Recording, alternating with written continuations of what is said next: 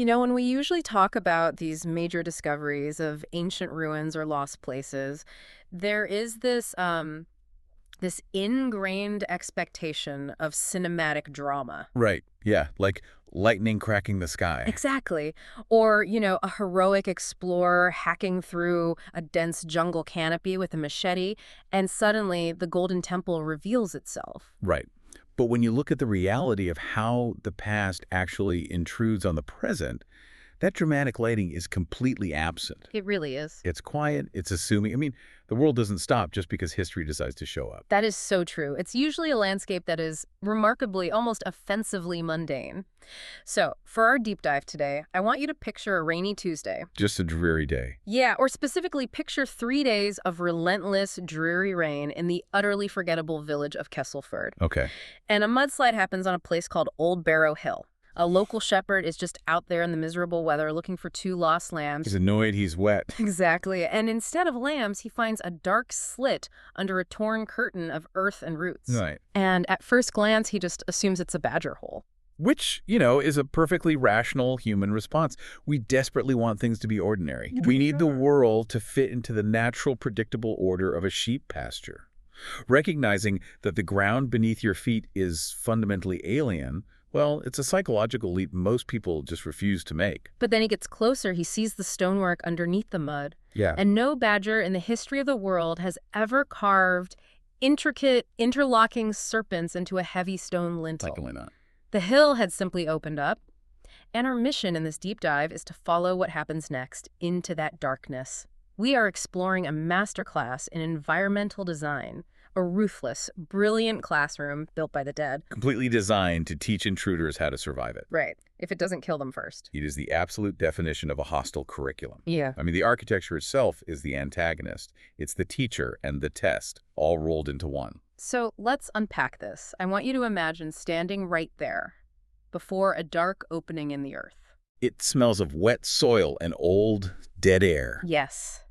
You don't have a magical destiny. You don't have superpowers. You have a mule, 4 lanterns, 30 feet of rope, a few borrowed spears, and the naive confidence of the completely uneducated. Which is arguably the single most dangerous thing you could possibly bring into an ancient ruin. Oh, absolutely. Ignorance in a hostile system isn't just a blind spot. It is an active magnet for disaster. 100%. And that brings us to the 4 individuals who actually walked into that dark. They aren't heroes. No, they're opportunists. Right. First, we have Maraven. She's a former locksmith. Small, pragmatic. Very. Yeah. And completely allergic to grand speeches. She's the kind of person who realized early in life that picking locks is a lot more profitable when the owners aren't standing right there waiting for you. Makes sense. She doesn't look for glory. She looks for patterns. And locksmiths are uniquely suited for this because they fundamentally view the world as a series of barriers and bypasses. Right. To Mara, a locked door isn't a dead end. It's just a mechanical argument she hasn't won yet. Then we have Tovin Ash, a former guard for the local duke. Right, the muscle. Yeah, he's broad, he's solid, he's used to marching in the rain. And most importantly, he deeply mistrusts any plan that starts with the words, well, it will be simple. Because it never is. Exactly. Tovin views the world through the lens of physical threats. But he's not thoughtless muscle. He has a very healthy, very foundational respect for danger. Yeah. He understands that violence is chaotic and usually carries a heavy cost, so he doesn't rush into it blindly. Then there's Edrin Quill, a scholar's apprentice. Oh, Edrin. Yeah. This guy has oil-clock notebooks, spectacles he's always frantically cleaning, and an absolute obsession with dead kingdoms. He's the one who is going to be easily tempted by the mysteries inside. Totally. To Edrin, the tomb isn't a death trap. It's a library that's been closed for 1,000 years. Which makes him a massive liability. The desire to know overrides the instinct to survive. It's a classic, tragic flaw. And finally, Ilya Reed.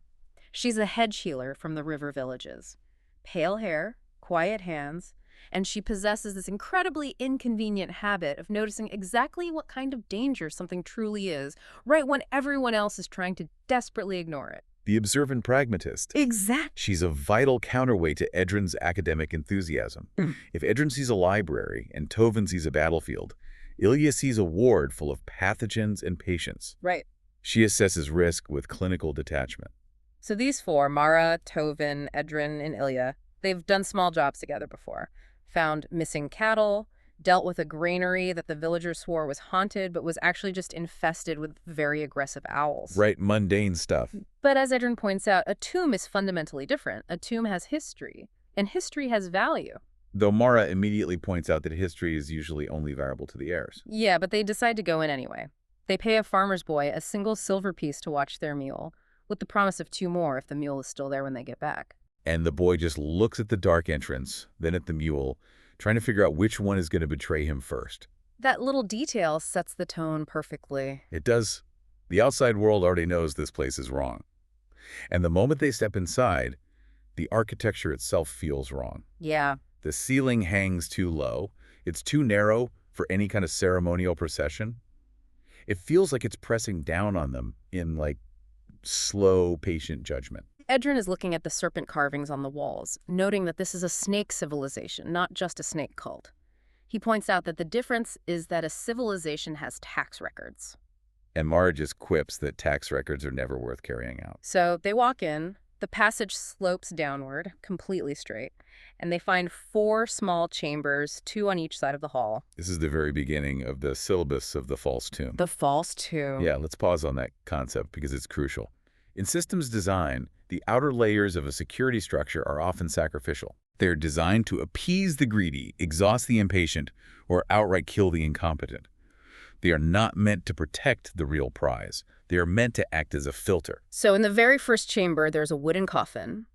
The sides are painted with these faded, flaking battle scenes of tall, snake-headed figures standing over smaller, subservient human shapes. Edrin thinks it's a guard tomb. Mara thinks it's just decoration. Tovin thinks it's a warning. Right. Mara, being the practical one, takes her crowbar and pries the wooden lid open, and inside, there's no corpse. Just a hollow-eyed clay statue of a snake-headed warrior holding a rusted sword. And here's the first quiz of the curriculum.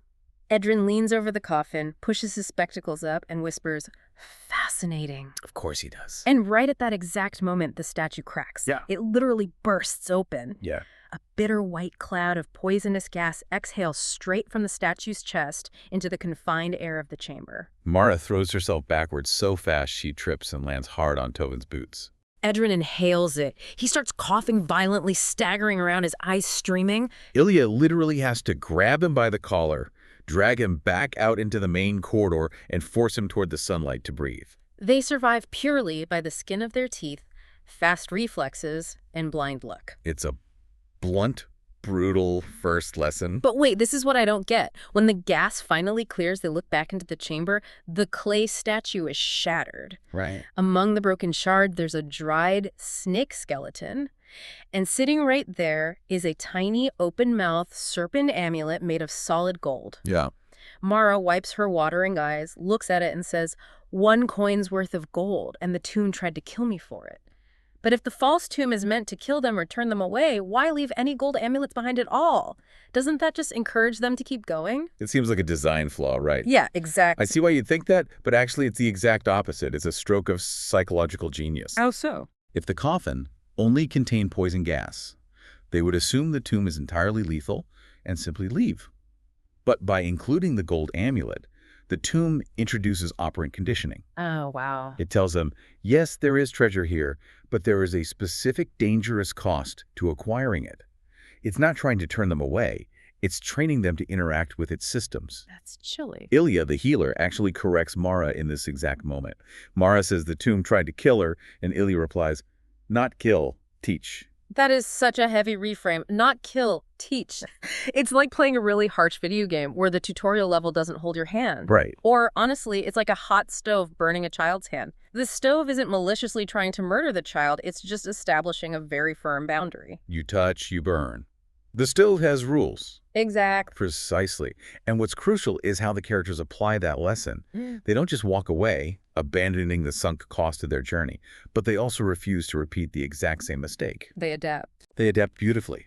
For the second and third chambers down the hall, they completely change their approach. There is no more leaning over the coffins, no more sticking their faces into ancient clay. Right. Tovin uses a long spear to prod the lids. Mara ties her 30 feet of rope to the coffin lid, backs way up into the hallway, and pulls it from a distance. And Edrin stands practically in another time zone down the corridor and calls the whole setup method. They trigger the statues from afar, the clay breaks, the poison gas hisses violently but harmlessly into the empty air. And once it dissipates, they stroll in and collect the gold amulets. Mara smiles, but the text notes it's not a happy smile. It's the tight, grim smile of someone who has realized she can negotiate with this dungeon as long as she understands its habits. It's a transaction now. But the curriculum isn't just about physical mechanics like poison gas. Right. It's also testing their psychological weaknesses, which brings us directly to the fourth chamber. Yes, the sorcerer statue. Inside this fourth coffin, the clay figure is a bit different. It has a silver ring on its finger that's been painted black by age. And Edrin, well, Eldarin desperately wants this ring. Of course he does. He's the scholar. He wants anything that looks like it might have been illegal in 3 dead languages. Right. They break the statue from a distance with a thrown rock, wait for the poison to clear, and walk in. The ring is just sitting there in the rubble. And Edrin picks it up. He holds it up to the lantern light, and the inner surface of the ring seems to ripple, like scales moving under dark water. Edrin immediately assumes it's magic, which is the academic's equivalent of seeing a shiny object. Yeah. Ilya, applying her signature pragmatism, assumes it's cursed. And Ilya drops an absolute mic drop moment of logic here. She looks at Edrin and says, "No one hides a harmless ring inside a poisoned snake wizard." It is a flawless, airtight piece of deductive reasoning. You cannot argue with that logic. You can't. If the container is a lethal trap, the contents are not a party favor. But Edrin pockets it anyway. He literally wraps it in cloth, shoves it into his deepest, safest pocket, and spends the rest of the morning nervously patting his coat, just to make sure his curiosity hasn't physically escaped. It highlights this incredible internal struggle between his newly learned scholarly restraint and his sheer, unadulterated temptation. It's hard to watch, honestly. But this is exactly what the tomb designer intended. The physical traps filter out the weak, but the psychological traps filter out the greedy and the overly curious. Right. Edrin survives the gas, but he infects himself with the artifact.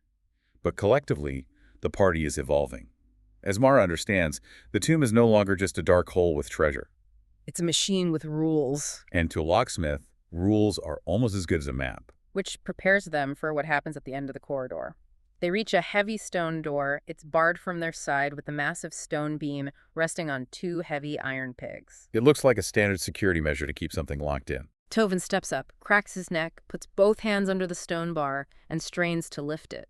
He's strong, so it starts to move. But as the bar shifts, Mara notices something terrifying. Yes, the iron pegs holding the bar aren't just sitting statically in the wall, they are rising, slowly, quietly, emerging from the stone like iron teeth pushing out of gums. The sensory details the narrative provides here are crucial for the horror. The slowness is what makes it terrifying. It's agonizing. It's a mechanical, relentless process that is completely indifferent to human presence. It's just executing an ancient equation. Mara tells Tovin to stop. Not a scream, just a sharp, panicked whisper. He freezes, the heavy bar trembling in his hands. Yeah. She crouches down with her lantern and looks up. Right above where Tovin is standing, there is a hairline seam in the ceiling that they hadn't noticed. It spans the entire width of the corridor. She tells Tovin very carefully to put the bar back down. He lowers it. The iron pegs sink back down into the wall. Everyone is dead silent. Tovin looks up at the seam in the ceiling and just says, "That would have come down on our backs," and Mara just nods. This is the second major exam in the false tomb. The statues taught them to observe cause and effect. Now, they've successfully observed a trigger mechanism before it fired. Right. But observing it isn't enough. They have to bypass it. And they don't rush this. This isn't an action movie where they dive through closing doors at the last second. They spend nearly an hour on this single door. They treat it like defusing a bomb. They wedge one iron peg down with a broken spearhead. They jam the other peg with a chunk of stone from one of the smashed coffins. Very methodical. They tie their 30 feet of rope around the heavy stone bar, and they stand as far back down the dark corridor as the rope allows. Tovin wraps the rope around his waist, braces his boots against the floor, and pulls.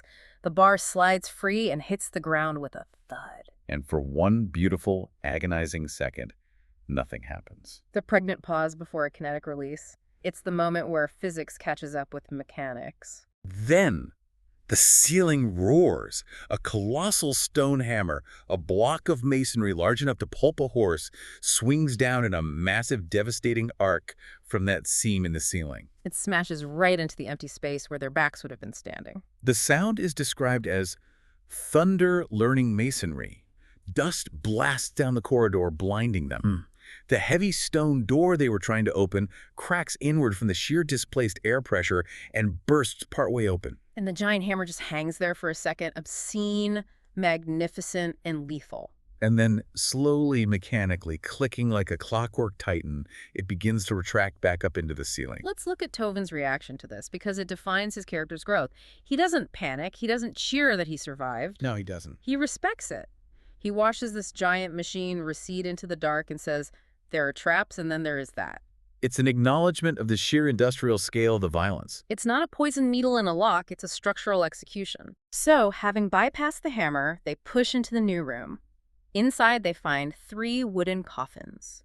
One is grander than the others, painted with elaborate scenes of sleeping Serpent Kings. Now Mara, ever the voice of reason, says the sensible thing would be to leave them completely alone. They just survived a giant ceiling hammer. Why push their luck? They all stand there in the dust, looking at the coffins, they think about it, and then they go in anyway. Well, of course they do, because they have passed the tests, and human nature dictates that passing a test means you are owed a reward. Yeah, that sense of entitlement. But the False Tombs curriculum has one final, very pointed lesson about entitlement. The moment Edrin's hand physically touches the wood of the central coffin, all 3 lids burst open outward simultaneously. 3 human skeletons come clattering out of the darkness. And they are grotesque. Their jaws have been artificially lengthened and wired open to mimic serpent fangs. They have tarnished, heavy bracelets on their arms, and they are carrying rusted, jagged weapons. But the truly terrifying part is their programming. They didn't rise the moment the door opened.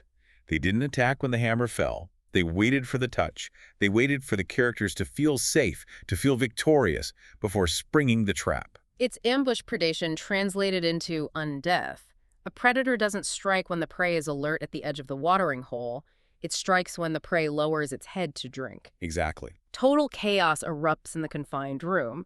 Tovin throws up his shield and blocks the first skeleton's rusted sword, the impact jarring his shoulder. Mara ducks under a wildly swinging axe from the second skeleton. Ilya, completely lacking any martial skills, just hurls her lantern directly at the third one's chest. It shatters, spilling burning oil. It doesn't really hurt the skeleton, but it deeply offends it, and it turns toward her.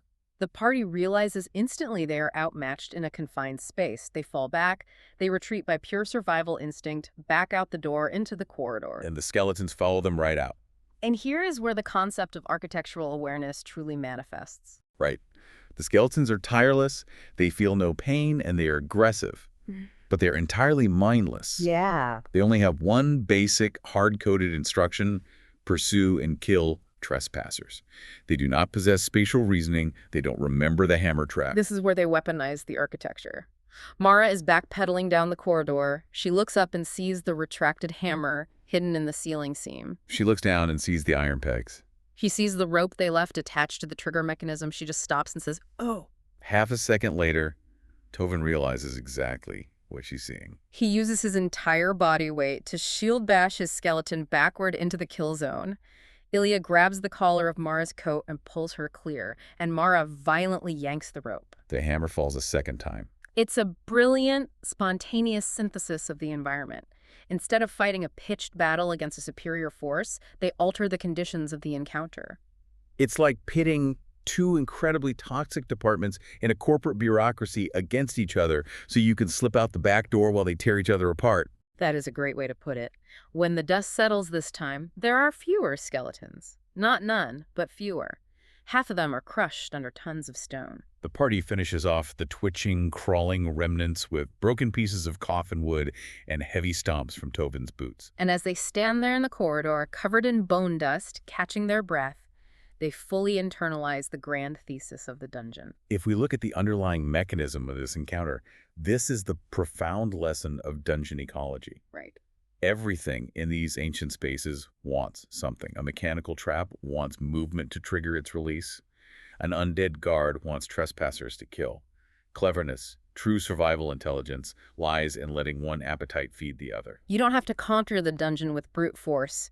You have to make the dungeon fight itself. It's the paradigm shift from combat to systems management. This new understanding completely changes their posture as they head back into the chamber beyond the false king's tomb. They find what looks like a temple. Though Mara notes the carving is so crude, it's an insult to the concept of statues. In the center is this idol of a snake man god. But it's hideous.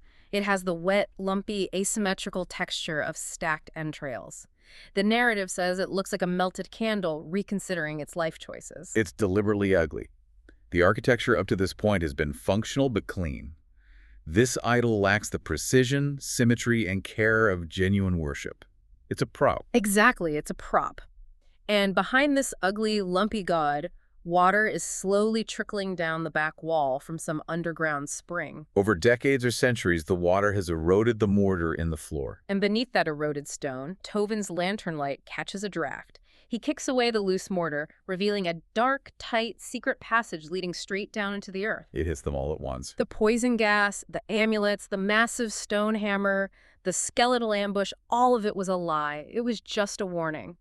A facade designed to keep tomb robbers busy. They haven't even been in the real tomb yet. The entire ordeal they just barely survived was just the antechamber. Think about the psychological devastation of that moment. Most rational people would turn back right here. You've exhausted your adrenaline, you're bruised, you've nearly died 3 times, and the environment just told you, congratulations on surviving the welcome mat. The real danger starts now. It's like that false peak phenomenon in mountaineering that breaks people's spirits. Exactly. But they don't turn back because, as the narrative points out, treasure rarely works by convincing people they are safe. It works by convincing them that they are learning. And the party feels like they've learned the rules. They cracked the code of the false tomb. So fueled by that dangerous mixture of exhaustion and newfound confidence, they descend the secret path into the true tomb. And the transition is immediate, stark, and deeply unsettling. The game has changed. The air itself changes. It's no longer the damp, cheap, rotting wood smell of the upper chambers. The passage is colder, older. The stone isn't rough-hewn anymore. It is fitted cleanly together with terrifying precision. The floor slopes down with deliberate, heavy intention. They emerge into a long hall lined with 6 great statues. Tall, imposing snake men, armored from throat to tail, holding heavy stone spears. And the party just freezes, because the false tomb already taught them about statues. Statues mean poison. Statues mean traps. They are carrying the trauma of the previous floor. They expect gas. They expect the stone to shatter and attack. Tovin tightens his grip on his mace and asks if they should just smash them all right now preemptively. But Mara shakes her head. She says, no, not unless they know what breaking them actually triggers. They are actively analyzing the space now, not just reacting to it. They look closely at the architecture. Tovin spots that one statue doesn't sit perfectly flush with the wall. The shadow behind it is a fraction of an inch too wide. They brace themselves and push the heavy stone base. It grinds open, revealing a secret, dust-choked guard room. Inside, they find some old, brittle polearms and a surprisingly heavy silver icon of a scowling Serpent King. Mara weighs it in her hand and remarks how generous the tomb is being. Edrin points out they certainly didn't intend generosity. And Mara just replies, that's usually where treasure comes from. It's a fantastic moment of character grounding. They are shedding their naive opportunism and becoming professional operators. Right. They are analyzing risk versus reward with cold, detached calculation. They understand that treasure is just a mistake left behind by a dead system. But the tomb immediately counters this new confidence by stripping away the physical laws they rely on. They move from the statue hall into an octagonal atrium. The walls are lined with more statues holding weapons, farming tools, scales, whips, a whole societal diorama. And in the dead center of the room is a perfectly square pool of completely black water. The water trickling from the ceiling fills it right to the brim. It's unnaturally still, and it smells, faintly, of licorice. Licorice. That is such a specific, unnerving olfactory detail. It's weird. Very. It's entirely out of place in a damp earthen tomb. It signals to the primitive brain that something chemical, something unnatural is present.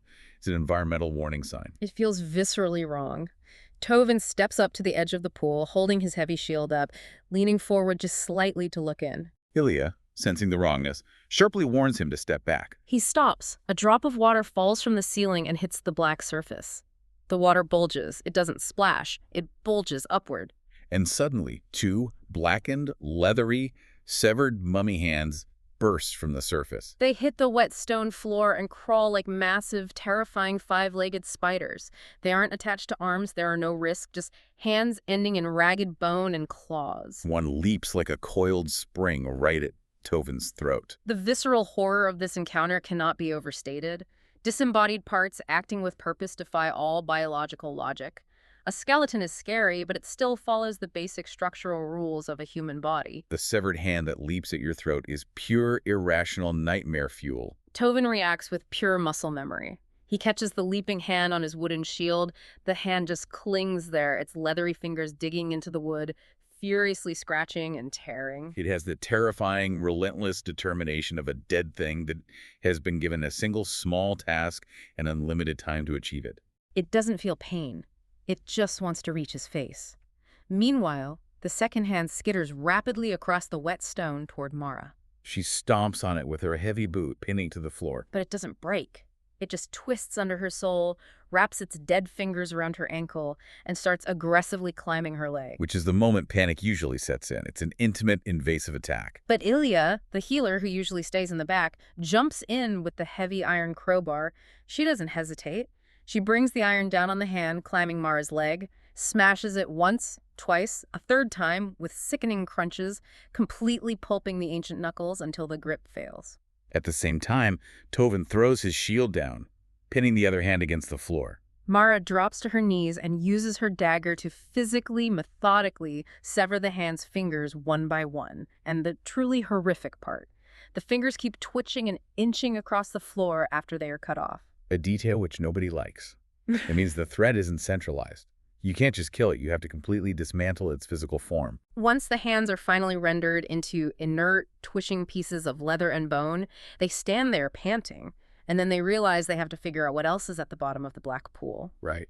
Edrin stares at the dark water, actively trying to decide if the academic pursuit of learning is worth the very real risk of drowning in licorice-smelling nightmare fluid. They decide on a remote approach. They tie a rope securely around Tovin's waist, just in case, give him a long hooked pole from the guardroom, and he starts blind dredging the bottom of the pool. He pulls up junk first. Snapped bones, a tarnished gold chain, a strange silver ring. And then the hook catches something heavy. He pulls it to the surface. It's a mummy's head. It surfaces face upward. Its eyes are sewn shut. And the moment it breaks the water, it opens its mouth and immediately begins screaming. A screaming, severed head dragged from the bottom of an unnatural pool. The auditory assault of that moment is staggering. It's designed to shatter concentration and induce sheer panic. It's screaming in a guttural, hissing language none of them understand. The sound is deafening in the echoing octagonal room. Tovin is so shocked he drops the pole. The head sinks immediately back into the black water, but it keeps screaming. You can hear it under the surface, a bubbling, muffled, continuous shriek, like a kettle boiling in hell. The surface of the pool is vibrating with the sound waves. They are all just frozen, staring at the ripples. And this is where Ilya, the medical professional, delivers what might be the greatest deadpan assessment in the entire narrative. Oh yes. Ilya slowly closes her eyes, takes a deep, stabilizing breath, and says, "Do not drink the water." Tovin looks at her, his face completely pale, and replies, "I had not planned to." It's this tiny, desperate moment of dark, absurd humor to cut through the absolute terror of the situation. It's how the human brain copes with the incomprehensible. But amidst all this sensory overload, Edrin quietly takes the silver ring they dredged up. He wipes the black water off it. And this ring, it has a remarkably detailed eye carved into the band. And when he holds it near the flickering light of his lantern, the carved eye physically swivels in the metal to follow the flame. Which is deeply unsettling. Mara immediately blames Edrin for his habit of collecting suspicious circles. But here's the crucial character growth. Edrin doesn't put it on. He puts it in a pouch. The false tomb taught him restraint. They leave the screaming pool behind and start exploring the side tombs branching off the atrium. And this entire section of the narrative serves as a masterclass in a very specific survival skill, the discipline of leaving things alone. This is a major evolution in their strategy. They are moving away from the gamer mindset of conquer everything and loot every room, to a professional operator mindset of survive, bypass, and extract. Exactly. They pry open the heavy door to the first side tomb. The inscription says it belongs to Zye the Green. Z-Y-E, Sor the Green. Edrin pronounces the ancient name with deep, hushed academic reverence right up until the floor tries to murder him. He steps on a perfectly smooth metal disc set into the flagstones. It flashes with a blinding blue-white light, and a massive, crackling lightning trap fills the passage. Tovin dives in front, and his heavy wooden shield takes the brunt of the arc. The wood is left smoking and charred. Edrin gets his eyebrows completely singed off. They cautiously step over the burnt floor, pry open Gisor's grand stone coffin, and it's completely empty. No body, no treasure, nothing. It's the punchline to a lethal joke. The tomb designers spent immense resources to protect literally nothing, just to punish curiosity. Mara looks at the empty box, looks at Edrin's missing eyebrows, and just starts laughing. It's the pure, hysterical, breathless laughter of someone who nearly died for absolutely zero return on investment. They leave and move to the next side passage. This one is completely collapsed, the corridor blocked by a massive wall of fallen rubble. But Tovin, always vigilant, puts his ear against the cold stone, and he hears something on the other side. A slow, heavy, incredibly patient thudding. Thud, thud. Something massive is mindlessly hacking at the other side of the rubble with a heavy axe, trying to get out. Tovin slowly pulls his head back from the wall, looks at the others, and just says, "We do not need that room." And they all immediately agree and walk away. What's fascinating here is their active resistance to the sunk cost fallacy. In many exploratory mindsets, whether it's archaeology, business ventures, or gambling, there's a compulsion to clear every obstacle, to uncover every secret, because you've already invested time and risk to get there. Right, the logic is usually, well, we came all this way for treasure. Exactly. But what good is treasure if you're crushed by an axe wielded by something that doesn't need to breathe? Tovin recognizes that the mystery behind the rubble isn't worth the cost of the encounter. Active avoidance isn't cowardice. It is a highly advanced tactical decision. Knowing what not to engage with is how you survive hostile systems. Which is a philosophy they have to apply immediately in the very next tomb. It belongs to someone named Franbinzar. The room smells strongly of tar, ozone, and sweet decay. The grave goods scattered around are all cheap clay copies of real wealth, fake gold painted on brittle pottery. Tovin pushes the heavy stone lid of the central coffin. It shifts lazily, almost like it's lubricated. Inside, there isn't a mummified skeleton. Over the centuries, the corpse and the alchemical preservatives have liquefied and mutated. It has become a thick, glistening sheet of living black slime, and as the air hits it, it begins to expand. It pours up over the lip of the coffin like living, hungry tar. For a horrifying second, a human face briefly forms in the surface of the slime by accident, opening its mouth in a silent scream, and then gets sucked back into the mass by his own bubbling appetite. It moves slowly. But as the story explicitly notes, the slow movement of certain things, like tar or rot or crippling debt, is not a comfort. Because it's an inevitability. You can outrun a wolf, but you cannot outrun the rising tide if you are trapped in a room. Mara instinctively throws a chunk of broken pottery at it. The slime doesn't shatter it, it just absorbs it. The pottery sinks into the black mass and vanishes with a wet hiss. Tovin tries to slam the heavy stone coffin lid back down, but the slime is too dense. It starts pressing upward from the inside, lifting the massive slab of stone with terrifying hydraulic pressure. They can't fight it. Swords will just pass through it, so they scramble to contain it. Ilya remembers the heavy stone door wedge they found in the guardroom. She grabs it and jams it forcefully under the edge of the lid. Mara and Tovin throw their entire body weight on top of the lid, pushing down. And Edrin, the scholar who usually panics, actually has a moment of intense practical genius. He grabs a heavy, ancient stone bench from the corner of the room, tips it diagonally against the coffin lid, and wedges the other end firmly under a notch in the wall, creating a makeshift brace.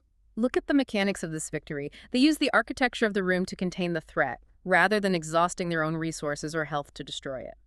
Tovin, still in a combat mindset, asking if they should find a way to burn it. And Ilya, ever the pragmatist, says, later, from farther away. They just leave Franbinzar locked in a permanent, grinding argument with his own furniture. It's such a smart, desperately clever play. They back out and finally find a relatively safe room down the hall, a high priest's quarters. It's full of dry dust, rotting wooden shelves, and dead silence.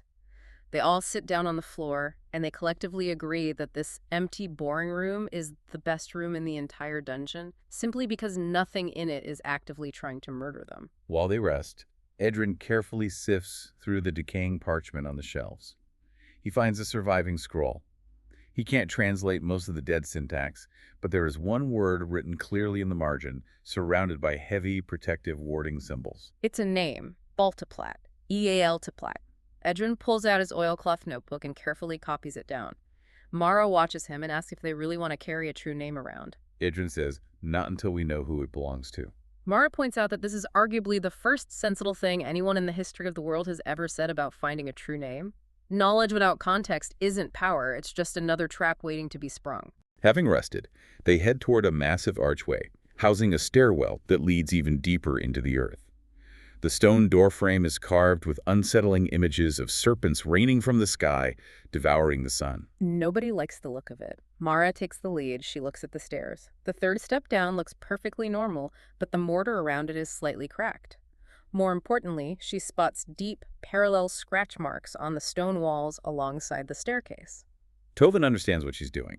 He picks up a heavy chunk of loose masonry and tosses it onto the third step. Instantly, the mechanical grinding of stone echoes in the stairwell. The entire staircase collapses, the steps flattening out to form a steep, smooth slide. And at the very bottom, in the dark, a row of massive stone spikes snaps upward with a sound like iron teeth slamming shut. It's a literal physical manifestation of a snake's maw, designed to swallow intruders whole. The spikes hold for a few seconds, then slowly retract, and the stairs click back into their normal position, resetting the trap. Mara doesn't even blink. She just turns to Edrin and tells him to write down a new rule in his notebook. Check the floor. Edrin mutters that he knows. He was just waiting for her to say it for posterity. They carefully bypass the slide by climbing down the carved walls and enter an enormous arena. It's octagonal, cavernous, and freezing cold. The walls are completely covered in hundreds of ancient, rusted shields. And standing in the exact center of the arena is a giant stone knight. It has the armored body of a man, but the wide, flared head of a cobra. It holds a stone sword that is literally taller than Mara. It doesn't move when they walk in. It just stands there, head bowed. It waits. It waits until they spread out and let their guard down. This is ambush predation again, but scaled up from skeletal guards to monumental architectural proportions. The moment Tovin's boot scrapes against a loose stone, the Guardian's head snaps toward the sound. It attacks. And despite being made of solid rock, it is incredibly fast. It lunges across the room. Its first swing is a devastating horizontal arc. Tovin throws himself flat on his stomach, and the massive stone sword shatters the wall exactly where his head was a second ago, sending shrapnel everywhere. Everyone scatters in sheer panic. Tovin scrambles up, ready to flank it, but then the Guardian does something impossible. It raises its empty left hand, and one of the rusted shields bolted to the wall violently tears itself free. It flies across the room magnetically into the Guardian's grip, knocking Edrin's satchel away in the process. Mara screams in frustration, "Of course it can do that!" Tactically, they are completely outmatched. You cannot bleed a statue. Their steel swords and daggers will just bounce off its granite armor. It never tires, it doesn't feel fear, and it has a massive reach advantage. It is an unwinnable fight in the traditional martial sense. Exactly. Its attack patterns are centuries old. It's fighting them not out of malice, but just because that's its function. It's a violent Roomba. So, in the middle of this chaotic, terrifying sprint to stay alive, they realize they have to stop trying to win by force. They realize the Guardian isn't looking at them. It's snapping its head toward every footstep, every clink of armor. It's tracking them entirely by sound. Tovin, trying to be stealthy, shouts at the others to be quieter. But Edrin, realizing the mechanics of the room, yells back, "No, be noisier over there." It's a brilliant tactical pivot. They stop fighting the monster and start manipulating its inputs. They weaponize the room's acoustics. They turn the arena into a symphony of false noise. Tovin bangs his sword repeatedly on the stone wall. The Guardian lunges at him, and he rolls away. Mara and Ilya pull several of the magnetic shields off the walls, tie their ropes to the handles, and run, dragging the heavy metal clattering wildly across the floor behind them. They are projecting false targets all over the arena, overloading its acoustic sensors. Step by step, coordinating their noise, they draw the Guardian toward the far side of the room. The floor there slopes down to a narrow, crumbling path that skirts the edge of a massive, yawning chasm. The Guardian is an unparalleled machine of war. but it completely lacks situational awareness.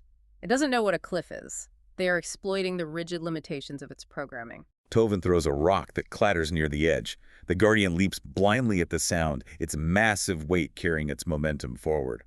Just as it lands near the precipice, Tovin steps out from a pillar and smashes its stone knee with his shield. Mara yanks a rope, dragging a shield under its turning foot. Ilya kicks a broken polearm handle into its path. Edrin shoves it with all his meager strength. The sheer combined momentum and the disrupted footing betray the Colossus. The massive stone cobra guardian totters, flails its arms, topples backward off the ledge, and falls sideways into the total dark of the chasm. They all collapse on the floor, panting. They listen for a long time, just the sound of air moving. Then silence. Then, from impossibly, terrifyingly far below, a sound echoes up. A dull, heavy crash, like a statue losing an argument with the center of the world. Nobody cheers. Did you notice that? The victory is completely overshadowed by the sheer scale of the environment itself. Defeating the monster just makes them realize how small they are. Because the chasm is deeply terrifying. The light from their lanterns doesn't even penetrate it. It just gets swallowed by the dark. A freezing updraft of air rises from the void, smelling of bat guano, wet stone, and immense inhuman distance. Edrin, needing to understand the space, lights an arrow on fire and fires it straight across the gap. It sails into the dark, looks like a tiny falling star for a few seconds, and then just vanishes. Tovin looks over the edge and asks if it's bottomless. Edrin, being the pedantic scholar, says not literally. But then they hear a faint, restless, rustling sound echoing up from the abyss like a million things moving in the dark. And Edrin slowly amends his statement to possibly literally. We have to talk about the psychology of the chasm. A locked door is a barrier. A monster is a physical obstacle. But a bottomless pit is an absence. It is negative space. As the narrative astutely points out, it invites imagination, which is far crueler than a simple pit. Your mind fills that dark void with your absolute deepest fears. They are forced to inch along the narrow, crumbling path beside the pit to proceed. And the walls here aren't bare stone. They are covered in pale, calcified, stone-shelled growths that weep thick mucus. From the center of these shells, sticky, glistening tentacles wave blindly in the air. Dungeon barnacles. When Tovin's boot gets within a foot of one, the tentacles reach out delicately, sensing the radiant heat of his body. Ilya just looks at the pulsating mass on the wall, looks at the bottomless drop on the other side, and firmly says, no. Tovin completely agrees, and they carefully back away, pressing themselves against the cold stone to avoid the heat sensors.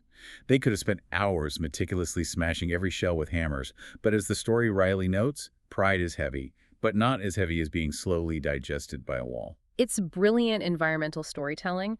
The terrain itself actively refuses them. They are no longer fighting monsters. They are reading a hostile ecosystem and making the active choice not to engage. So they head deeper, navigating past another hammer trap in the ceiling, which they avoid easily this time because they know exactly what the iron pegs look like, and they finally descend into the lower tombs. And the atmosphere shifts radically once again. If the upper tombs were cold, proud, and structurally aggressive, what does the lower tomb feel like? It feels elaborate, claustrophobic, and profoundly wrong. The stonework here is much finer, incredibly detailed, but the walls are damp, sweating condensation, and the floor has a subtle, continuous downward slope, like the entire building is slowly sinking towards something awful. The very first thing they encounter in this new biome is a skeleton jelly.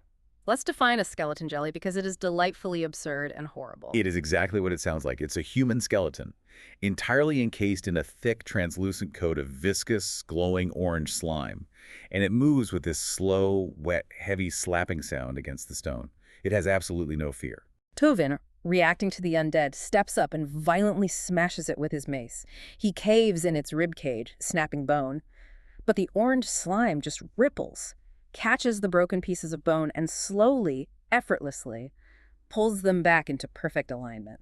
Mara tries stabbing it, but her knife just gets stuck in the thick, sticky matrix. Ilya throws a handful of salt at it, hoping for a chemical reaction. Edrin frantically shouts a minor banishing word he learned from a drunk monk in a tavern. Nothing works. The jelly simply ignores theology, seasoning, and steel. It just keeps slithering forward. It is an utterly impartial threat. It's not angry. It's just a hazard of the environment, like a slow-moving flood. So they run, and it's not cowardice, it's proper threat classification. They lure the jelly down a side corridor and into a room that Mara already noticed has a false floor trap. She points out a narrow 6-inch rim of safe, solid stone running along the edge of the wall. They carefully edge around the perimeter of the room, backs flat against the wall. The mindless jelly, taking the shortest path, follows them straight across the center. The floor mechanism gives way with a loud clack, and the jelly falls into a deep spike pit with a sickening wet crash. They look down. The jelly is impaled on 3 iron spikes.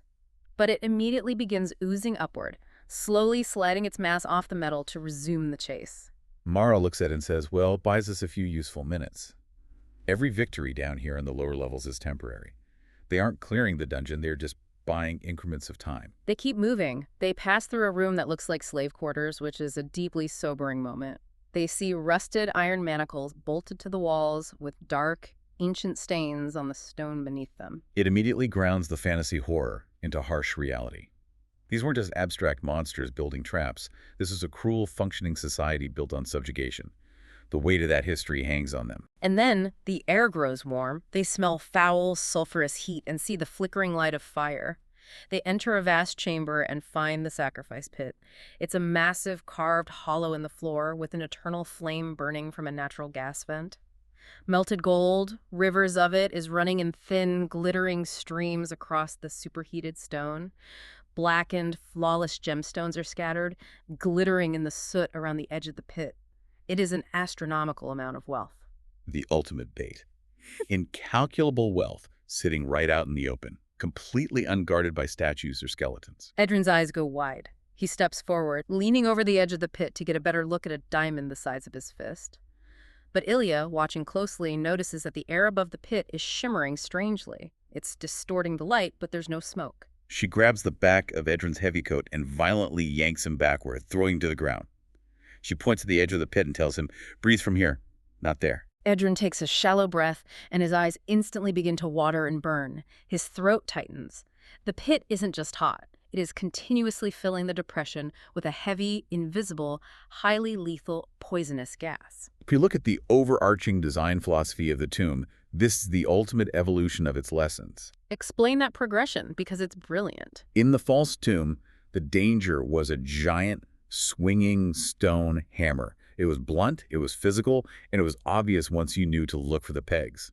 Down here in the lower tombs, the danger has become completely ambient. It's environmental. It's an invisible, odorless gas that will silently asphyxiate you while you're distracted, reaching for the gold. It's exactly like walking into a modern industrial hazard, like a pocket of carbon monoxide in a mine or a zone of high radiation. There's no warning color painted on the air. There's no roaring monster to fight. There is just a quiet, invisible line, and if you cross it, you die. It takes an incredible amount of willpower and hard-earned wisdom for the 4 of them to look at rivers of melted gold and loose gemstones, nod to each other, and decide to just walk away, to leave it for later. It's the culmination of the discipline they've been painfully building this entire time. Greed is finally subordinated to survival. They skirt the edge of the gas and move into a beautiful domed hall covered in exquisite, unsettling frescoes of Serpent Kings ruling over human slaves. At the far end of the hall is a heavily locked, reinforced iron door.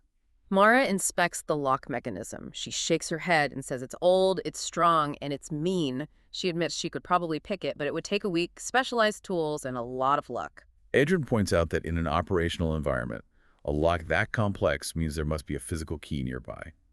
And right on cue, as if the dungeon is answering with logic, from a dark corridor to the west, they hear a sound. A slow, heavy, metallic clink, drag, clink, a massive chain being dragged over stone. The dungeon confirming the existence of the key and introducing the horrific cost of acquiring it. But before they can investigate the terrifying chain sounds, a voice calls out from a smaller side chamber to the east. The doorway to this chamber is blocked by a massive, chaotic pile of junk. Broken shields, shattered pottery, bones, heavy branches. The voice calling from behind the barricade is small, frightened, and distinctly human. It asks for help. It says her name is Lysa, and she was taken by the goblins. Which is without a doubt the single most suspicious thing to happen in the entire dungeon. Exactly, a human voice. Oh? Down here, past the gas pits, the skeleton jellies, and the hammer traps, Edrin immediately stops. He quietly reaches into his satchel for his scroll case. He whispers to Mara to ask her name again. The voice repeats, perfectly trembling, Lysa. Edrin unfolds the ancient scroll, tracing his finger to the true name he copied in the priest quarters. He tells Mara to ask another name. Mara steps up to the barricade. She looks through the gaps in the junk. She sees a half-hidden geometric circle drawn in silver on the floor. She sees the silhouette of a young woman with a heavy iron shackle around her ankle. Mara takes a breath and calls out, Is it Baltoplat? The deployment of the true name. This is a massive shift in power dynamics. The room falls dead silent. The frightened weeping stops instantly. And then the young woman laughs. But it's not a young laugh. It's warm, deeply amused, resonant, and impossibly ancient, which makes it so much worse than a scream. The voice echoes from the walls and says, Very good. Most visitors are kinder before they become clever. The figure steps out of the shadows to the very edge of the silver circle on the floor, and as it moves, it shapeshifts, adapting to the psyche of the observer. To Tovin, it looks like a vulnerable, bruised village girl needing protection. To Mara, it looks like a desperate, cornered fellow thief. To Edrin, it appears as a frightened, brilliant scholar whose knowledge is being lost. And to Ilya looks at it, her face goes pale, and to her, it looks like someone who had died on her healing table and simply hadn't accepted it. Ilya physically has to look away, warning everyone in a harsh whisper absolutely not to cross the silver line. It's a succubus, a demon, a bound supernatural deceiver that weaponizes the viewer's own empathy and pity against them. The junk barricade wasn't built to keep her in. It was built by the goblins to keep themselves away from her influence. Baltoplat smiles, her eyes gleaming in the lantern light, and notes how terribly educated they've all become. Mara, refusing to be charmed, asks bluntly what she wants. Baltoplat says she wants to leave the circle. Mara, treating it like a business transaction, asks what she'll trade for her freedom. Baltoplat's smile widens. She offers truth. She offers old secrets of the Empire. She offers the ability to smell poison before it kills you. And leaning forward, she offers one specific, guaranteed murder of their choosing if they aren't feeling sentimental. Tovin grips the hilt of his sword, his knuckles white, and growls that they shouldn't bargain with it. But Baltoplat gently, dangerously corrects him to her, noting that manners cost so little, but insult is expensive. So despite all their instincts, they bargain. Why? Because in a high-threat, low-information environment, intelligence is the only currency that actually matters. They need data. But they execute the negotiation brilliantly. They categorically refuse to break the circle. They offer nothing of their own, no blood, no promises, no souls. They offer nothing but the true name they found, which gives them a momentary leverage. Edrin asks about the heavily locked iron door, the sound of the chain to the west, and a missing stone snake that seems to fit into an altar in the room.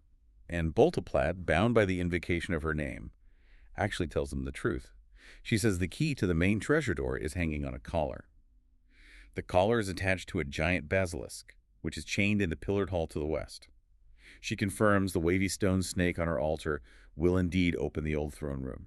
And then, completely unprompted, her expression turns serious and she gives him a warning. She says, The old wizard in the purple lights thinks the Empire still stands. Be gentle with his delusions or be very quick with your escape. That is a phenomenal piece of strategic intelligence.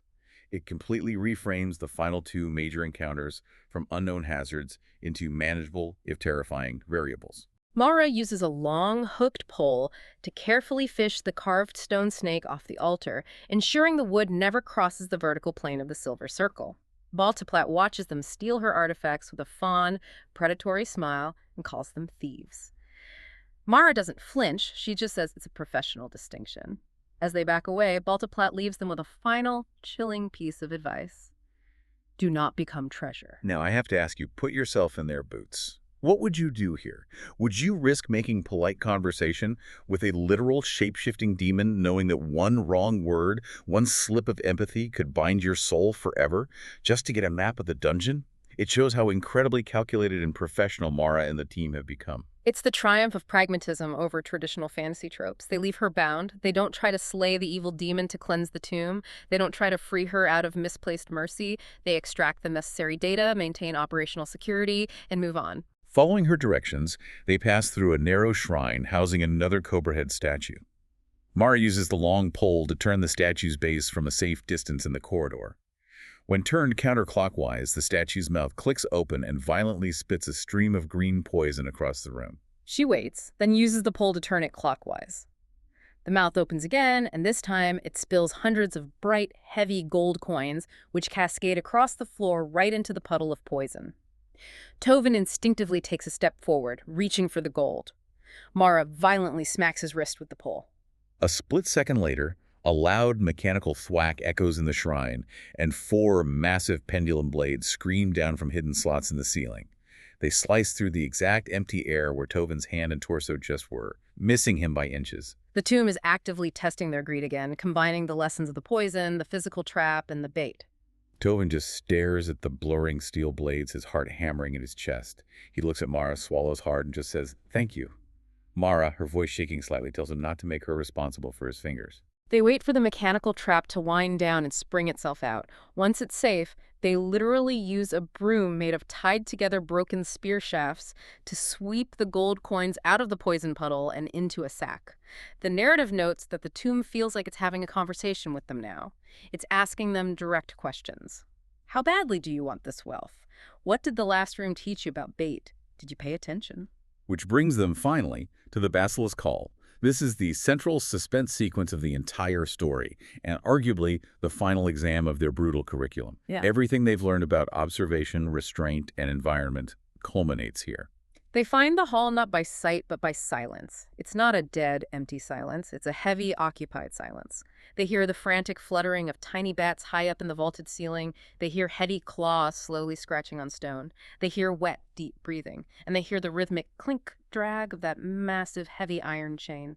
It's an enormous cavernous hall filled with thick, broken stone pillars. Scattered everywhere across the floor are incredibly lifelike statues.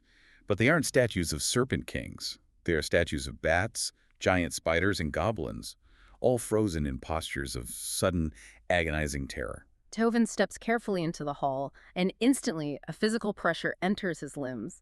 The air itself feels thick, like wading through deep water. His thoughts begin to slow down and thicken. He looks down in horror, and the leather edge of his left boot is turning an ashy, rigid gray. It's turning to solid stone. The mechanics of this monster are fascinating. The petrification isn't an I-beam that you can just dodge.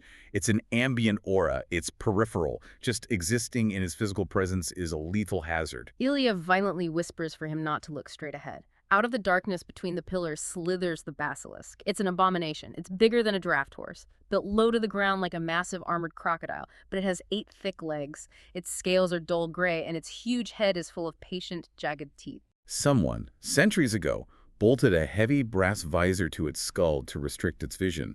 But the visor is half open, glowing with a sickly pale light from within. And around its thick, scaled neck is a massive iron collar attached to the chain. The key is tucked right under that collar. The basilisk pauses. It sniffs the air. Tovin holds his breath, trying to be a statue. But fear has a distinct chemical scent. The basilisk's head snaps toward him, locking onto his position. Tovin tries to run, but his knees lock up. The grayness is creeping up his shin. He's actively petrifying. If they attempt brute force here, it is absolute suicide. If they draw swords and charge, they will be statues before they cross half the distance. Mara saves him by grabbing a discarded, rusted iron helmet from the floor and hurling it as hard as she can at a stone pillar on the far side of the room. The helmet hits with a loud clang. The basilisk's predatory instincts take over. It snaps its massive body toward the sound. The heavy chain whips violently around the pillar, cracking the ancient stone. As the basilisk turns its gaze away, the ambient pressure lifts. Tovin falls backward onto his ass, gasping for air, the feeling rushing back into his limbs like thousands of agonizing pins and needles. They retreat into the shadows. They spend the next 10 minutes in pure, suffocating terror, playing a desperate, blind game of hide-and-seek behind the pillars, scrambling to avoid the brass-lit gleam of its eyes sweeping the room. It nearly crushes Mara against a wall with its massive, sweeping tail. Crouched behind a pillar, Ilya looks at the beast and realizes they can't fight it. They can't outrun it. But it's chained. It's been down here a long time. She realizes they need to feed it. It's an animal. A terrifying, magical apex predator, yes, but fundamentally still an animal driven by biology. But the critical question is, feed it what? They don't have enough rations to satisfy a creature that size. Exactly. And that's when, over the sound of the chain, they hear a faint, wet chittering coming from a hidden crack in the wall. They cautiously peer inside and discover the fungus goblins. And this is where the story introduces a deeply weird, slightly humorous, but profoundly tragic element.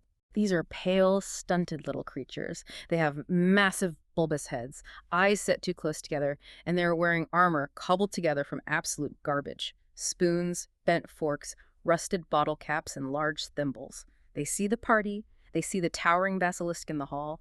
They whisper frantically among themselves in a clicking language. And then the largest goblin points a filthy finger straight at Idrin's spectacles, which are catching the lantern light. The goblin makes a sound of deep religious awe.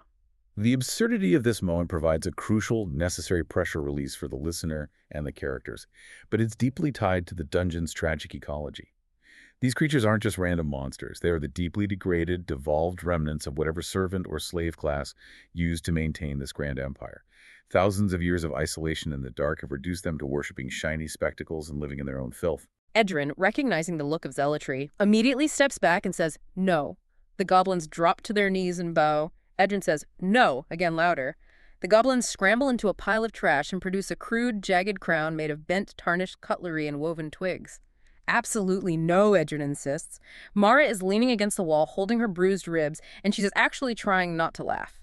The goblins swarm forward and crown Edrin anyway, chanting a phrase that Edrin roughly translates to, "Glitterize king, food not now." They gently but firmly pull the party back into their filthy, mushroom-choked warren away from the basilisk. The goblins, while absurd, have immense practical value in this ecosystem. They survive here, they have a society, and most importantly, they have food stores. Ilya formulates the plan. Acting under the divine authority of the Cutlery King, they raid the goblin pantry. It is vile. Piles of dead bats, rotting, unidentifiable meat, and giant animal bones slick with glowing blue medicinal mushrooms. They drag this rancid, heavy pile of garbage to the entrance of the basilisk hall. Edrin, fully leaning into his absurd temporary kingship, stands tall and orders his goblin subjects to stay back in the tunnels, which they interpret as divine law and immediately obey. The party retreats behind a pillar. The basilisk pauses its pacing. It smells the decaying meat. It turns. It doesn't charge blindly this time. It approaches slowly, its belly scraping the stone.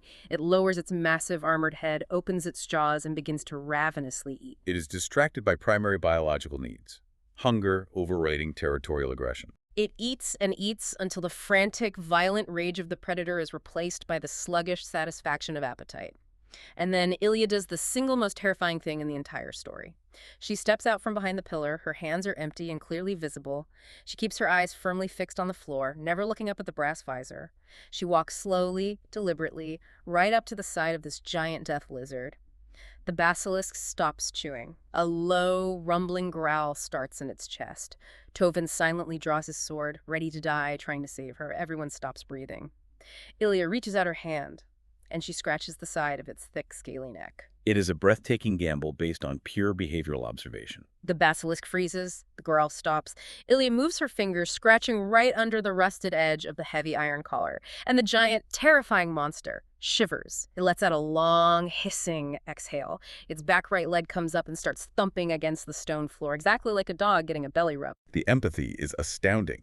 Ilya realized that the massive iron collar has been chafing and rubbing against its scales for centuries. It couldn't reach it to scratch. It was in constant low-level agony. It didn't want to kill. It just wanted someone to scratch the itch. Mara stares from behind the pillar in utter, mind-numbing disbelief. Ilya looks back at her and just whispers, "It still has a neck."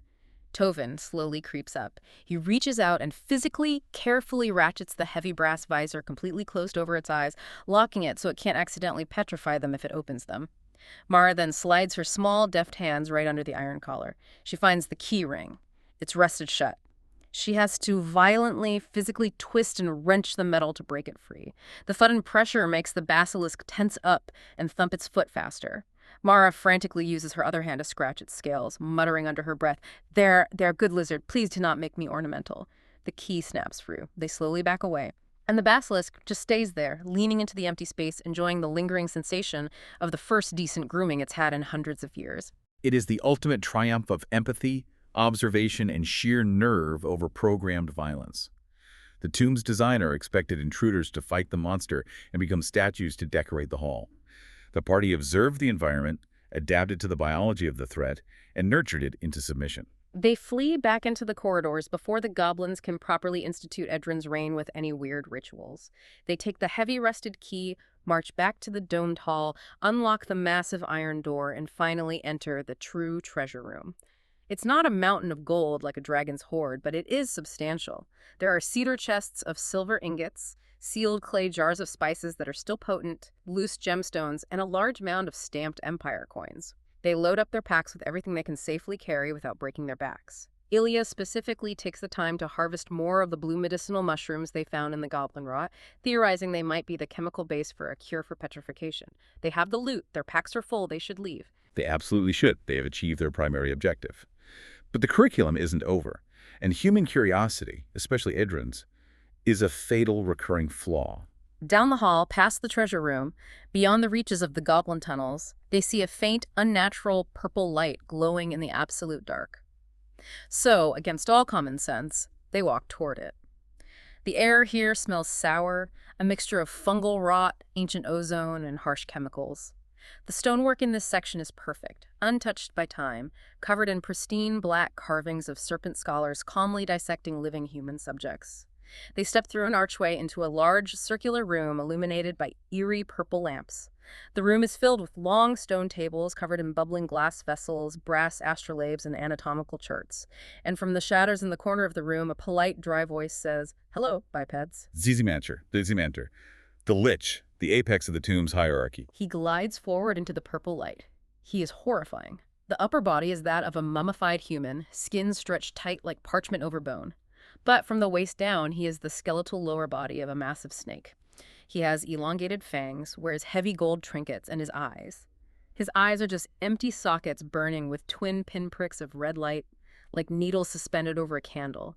He radiates an aura of unimaginable, crushing age.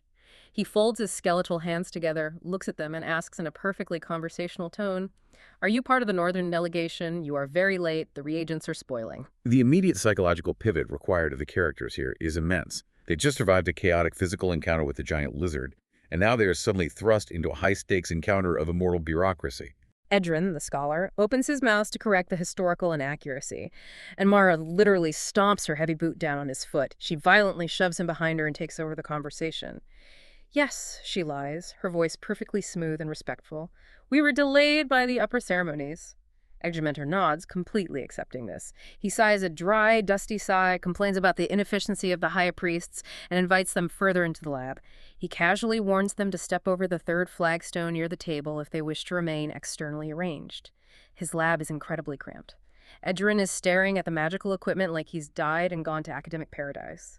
Xiximanter notices the stare. He turns his burning red eyes to Edrin and asks, "Are you a wizard, boy?" Edrin nervously admits he's an apprentice. Xiximanter chuckles, a sound like dry leaves, and replies, "Excellent. Apprentices are simply ingredients with opinions." That single line establishes his complete lack of morality. To Xiximanter, human beings are not people. They're either employees of the Empire's bureaucracy, or they are biological raw materials for his experiments. There is no middle ground. He proudly shows off his potions. He points to a flask of perfectly clear liquid. He calls it a delightful, undetectable poison. He explains it tastes exactly like whatever beverage the victim expects it to be, and it kills in exactly 1 minute with no vulgar, messy convulsions. It's a civilized death. Ilya stares at the flask. Her face doesn't change expression at all, which is how Mara knows Ilya is absolutely, profoundly terrified. Mara clears her throat and asks what he takes in trade for his potions. He says he requires living magical creatures, rare botanical ingredients, fully trained wizards, or new spells. Mara tentatively offers him a handful of gold coins. Xiximanter draws himself up, deeply offended. "I am the high alchemist," he hisses. "I am not a shopkeeper." So they engage in complex diplomacy with an apex monster. They are managing a highly volatile social dynamic. They trade the old priest scrolls they found in the empty room earlier. Not for the magical spells on them, which have faded, but because Xiximanter is intensely fascinated by the chemical composition of the extinct beetle gall ink used in the margins. He accepts the trade. He gives them a few minor healing potions and a sealed glass flask of green smoke that he claims gives you true snake dreams. Everything is incredibly tense, but Mara is managing it. And then Edrin makes a mistake. The scholar's inherent flaw returns. Yeah. He cannot let an inaccuracy stand, even if correcting it means death. Adrian is looking at a massive, detailed wall carving depicting the glorious Serpent Empire spanning the continent, and he softly, almost to himself, says, "You know the Empire is gone, don't you? It fell 1,000 years ago." The ambient purple lamps in the room instantly dim, the bubbling liquids in the flasks go completely still. Xiximanter freezes mid-motion. Mara closes her eyes in absolute despair. Xiximanter slowly turns his skeletal snake body. He asks, his voice dropping an octave, "Gone." Edrin stammers, suddenly realizing what he's done, trying desperately to changed, politically restructured. Tovin is furiously hissing at him to stop talking. Xiximanter's red, pinprick eyes flare into burning coals. You can physically see a century of paranoid rage trying to wake up all at once. He raises a glowing hand and says, "The High Priest sent you to test my loyalty, or to assassinate me." This brings up a fascinating philosophical question about power. Is it more terrifying to face a mindless beast that wants to eat you, like the basilisk, or a godlike immortal trapped in a delusion who could obliterate your very existence for a minor breach of bureaucratic etiquette? It's the delusion, hands down. You can't outrun a delusion. Mara and Tovin realize this instantly. They leap to validate his paranoia. Mara steps forward, hands raised in surrender, and shouts, "No! The Western Empire sent us! They envy your work!" Xiximanter's glowing hand pauses. He latches onto this new narrative. "The Western bureaucrats, they always did covet my genius." Mara nods aggressively. "Obviously, they want to steal your research." Xiximanter puffs up his desiccated chest. He boasts that he's very close to a major alchemical breakthrough that will render them obsolete. Mara emphatically agrees, telling him it's very obvious to anyone with eyes. It is a masterclass in psychological de-escalation. To use a modern analogy, Xiximanter is like an ancient legacy computer server still running an obsolete protocol, executing commands for a vast network that was physically unplugged 500 years ago. Adrian tried to tell the server the network was down, which triggered a fatal error. Mara simply fed the server a false command that fit its existing protocol to resolve the error. She built him a mental off-ramp so he could step safely back into his delusion and close the door behind him. It works perfectly. The purple lights brighten again. The potions resume bubbling. Xiximanter lowers his hand and dismissively waves them away, telling them to inform the High Priest to send the next delegation much sooner. They bow deeply back out of the room and walk down the corridor with the stiff, unnatural dignity of people trying really, really hard not to break into a frantic sprint. Once they are safely around a corner, Tovin exhales a breath he's been holding for 10 minutes and mutters, "I prefer the basilisk." Edrin, wiping sweat from his forehead, whispers back, "That is because the basilisk is honest." Surviving Xiximanter requires immense tact, emotional intelligence, and absolute ego suppression. It is the social equivalent of bypassing the physical hammer trap. You don't fight the mass, you redirect its momentum. Escaping the lab, they find a hidden passage in his storage room that leads upward to a giant, perfectly smooth stone door carved with intertwining serpents. In the center of the carving, one snake is missing. Mara reaches into her pack, pulls out the wavy stone snake she took from Baltoplat's altar, and slots it into the recess. The massive door silently slithers open, and they step into the true throne room of the Serpent Kings. The geographical, historical, and thematic center of the Dead Empire. It's pristine. Unlike the rotting wood of the upper tombs or the damp fungal stone of the lower tombs, this room is perfect. Red polished stone, veins of gold, and massive mirrors that are black with centuries of dust. In the center sits a throne, carved from a single block of obsidian, scaled for a creature not quite human. It's a vision of an older, crueler empire that truly believed time itself would serve it forever. The atmosphere is thick with ancient authority. Tovin, the pragmatic guard who respects danger, inexplicably drops his shield. He walks in a trance straight up the dais, turns, and sits heavily on the cursed obsidian throne before anyone can shout to stop him. Instantly, his face changes. The solid, protective lines of his jaw harden. He grips the stone armrests. He stares out at the empty room, and for a terrifying second, he doesn't look like Tovin, the guard. He looks like a ruthless dictator, coldly calculating the expansion of his borders. He opens his mouth to issue a command. Mara strides up the steps, pulls her arm back, and slaps him across the face as hard as she physically can. The sound cracks like a whip. Tovin blinks violently, stunned, the dark majesty draining from his eyes. He rubs his stinging cheek and asks what that was for. Mara looks at him and says, "You are becoming expensive." The physical wealth of the tomb is dangerous, but the conceptual wealth, the sheer concentrated idea of power, is deeply corrupting. It alters the mind. They grab the valuable silver-backed mirrors from the walls and quickly leave the throne room, eager to be rid of the heavy air. Their final stop, their actual exit route, involves crawling through the upper layers of the goblin farms. It's a squishy, foul-smelling, claustrophobic cavern of rot, giant beetles, and generations of garbage. The ceiling here is just packed earth and thick tree roots pushing down from the surface. Mara is using a shovel to dig through a pile of compost, looking for any lost coins the goblins might have hoarded when she strikes solid metal. She digs it out and wipes away the filth. It's a crown. 8 tiny, perfectly detailed serpents woven from pure gold and platinum, with glittering emerald eyes and razor-sharp diamond teeth. Even covered in goblin filth, it radiates a sickening, arrogant, almost radioactive aura of power. The crown of the Serpent Kings, the ultimate physical prize of the entire complex, the artifact the tomb was built around. Edrin drops to his knees. He whispers its ancient name, his hands trembling as he reaches out. Morris slaps his hand away, warning him it's a terrible idea. And this time, Edrin actually restrains himself. He pulls his hand back. He doesn't touch it. Education is possible. He learned a lesson of the Black Ring. But while they are staring at it, debating how to carry it, one of the larger fungus goblins sneaks up, snatches the crown from the birt, shoves it proudly onto its massive head, and stands there triumphant for about 2 seconds. Then the goblin's oversized eyes go wide. The psychic weight of the artifact hits it. The goblin starts gibbering in sheer cosmic terror, tearing frantically at its own face and running in wild, chaotic circles around the cavern. Tovin tackles it by the ankles, bringing it down in the muck, and Mara knocks the crown off its head with the flat of her heavy knife. The moment the crown leaves its skin, the goblin just faints dead away in the dirt. The crown carries the concentrated psychic weight of the Empire's historical cruelty. It instantly crushes the mind of anything not structurally equipped to wield that kind of power. The crown rolls to a stop against Edrin's boot. Nobody dares touch it with their bare hands. They use sticks to push it onto a thick cloth, wrap it in 3 layers of heavy canvas, tie it off with rope, and shove it into the very bottom of Tovin's pack. Even wrapped up, Tovin notes that it feels heavier than gold naturally should.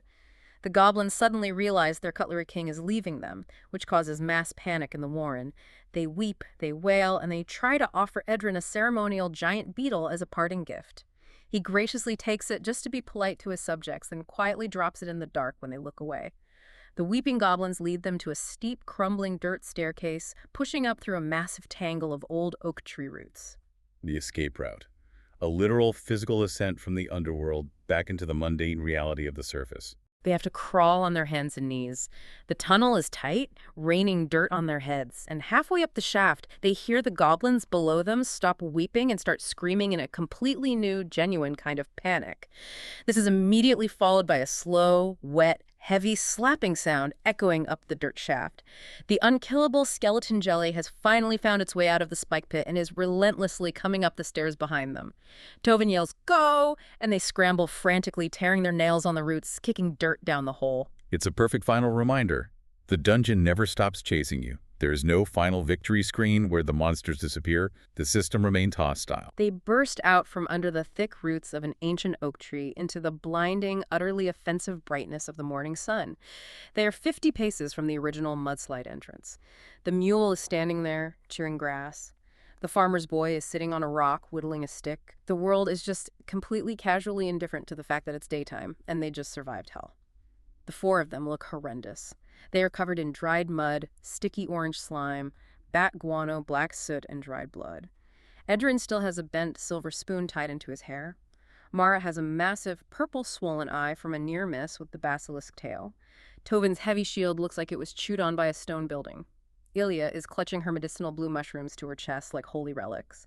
The farmer's boy stops whittling, looks him up and down, and casually asks, "Find anything?" The stark contrast between the profound, life-altering trauma they've just endured and the complete innocent ignorance of the outside world is striking. Mara ignores the boy. She turns and looks back at the tree roots, back toward the hill, and the narrative takes this beautiful, sweeping, cinematic look back down through the earth. The false wooden coffins are still sitting there, waiting for the next unwary traveler to pry them open. The massive stone hammer has reset its pegs above the door. The mummified head is still screaming its lungs out at the bottom of the black pool. Frendinzar the black slime is sort of mindlessly pressing up against the stone bench, holding his coffin lid shut. Baltoplat the succubus is still smiling patiently inside her silver summoning circle, waiting for someone to make a mistake. Xiximanter is still brewing undetectable poisons under the purple light, waiting for orders from an empire that is never ever going to call him. The giant basilisk is sleeping peacefully in the dark, maybe dreaming about getting its neck scratch again. The tomb wasn't cleared, it wasn't beaten. Which is the core thesis of this entire story, and why it is such a masterclass in design. No heroic final battle took place. They didn't strike down the evil overlord to cleanse the land. No good tomb, no complex system is ever completely finished. It has only survived, and perhaps understood a little better. Edrin collapses onto the wet grass, pulls out his notebook, and says they should finalize their notes before they forget. Mara laughs, winces because of her cracked ribs, and dictates the first note, never trust a coffin. Tovin leans on his ruined shield and gives the second, never trust a door with rising pegs. Ilya looks at her mushrooms and gives the third, feed the lizard before you try to fight the lizard. Edrin furiously scribbles this down, looks up, and asks for the fourth rule. Mara looks at the dark mudslide that opened the hill, spits blood into the grass, and says, fourth, when the dead build a classroom, do not assume graduation means survival. They entered that hill as inexperienced, naive, greedy opportunists, and they emerged as scarred professional graduates of a lethal, uncompromising curriculum. So what does this all mean for you as the listener? When we zoom out from the fantasy framing, from the magic wings, the liches, and the skeleton jellies, what is the real applicable takeaway here? It's a profound lesson on how we interact with hostile, entrenched systems. The Tomb of the Serpent Kings is a metaphor for any complex, archaic structure you might face in life. It could be an outdated, suffocating bureaucracy. It could be a highly toxic corporate culture. It could be the generational traumas and rules built by those who came before us, which no longer serve a purpose but still violently enforce their boundaries. You cannot always dismantle these massive architectures with brute force. You will exhaust yourself and break your sword against stone. Sometimes survival means observing the patterns. It means understanding what the trap wants and feeding the monster just enough to get past it. It means knowing when to weaponize the system's own rigid rules against itself, and perhaps most importantly, knowing when to simply walk away from a room you do not need to conquer. It brings us right back to the very beginning of the deep dive. The rain washes away the mud, and suddenly you're staring at an open wound in the earth, a dark doorway left by people who didn't care if you lived or died, who just wanted to protect their hoard. In our own lives, when we inevitably face those doorways, those monolithic tombs built by previous generations, we have to pause and ask ourselves, are we trying to completely defeat them? Or are we just trying to learn their rules well enough to escape with the treasure? It's something to think about the next time you find yourself standing in front of a system that feels older, colder, and significantly heavier than you are. Because underneath the earth and the roots and the snake-carved stone, the tomb of the Serpent Kings is always there, quietly waiting for the next class.